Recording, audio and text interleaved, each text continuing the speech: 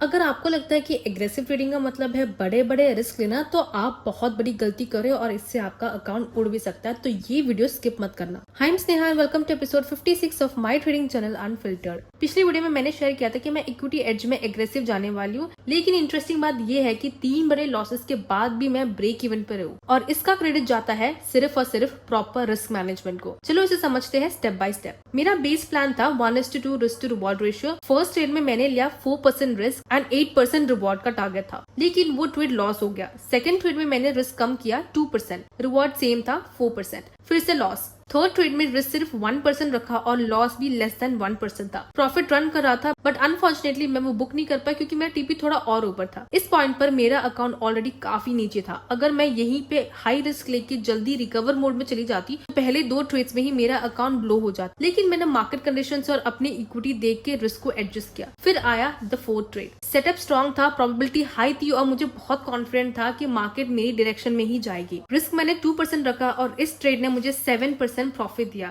Risk to reward ratio था 1:4 और इसी एक ट्रेड ने मेरे सारे पिछले लॉसेस को कवर कर दिया और मैं वापस ब्रेक इवन पर आ गई। अगर आपको लगता है कि एग्रेसिव ट्रेडिंग का मतलब सिर्फ फुल ऑन रिस्क ही लेना है, तो आप गलत हो। आपको अपने अकाउंट की पोजीशन देखकर रिस्क को कब मिनिमाइज करना और कब मैक्सिमाइज करना ये डिसाइड करना, क्योंकि ये होती है स्मार्ट एग्रेसिव ट्रेडिंग। आपने कभी ऐसे एग्रेसिव ट्रेडिंग की है या फिर आप गैम्बलर मोड में गए हो? कमेंट से मुझे जरूर बताना और मिलते हैं अगले एपिसोड में।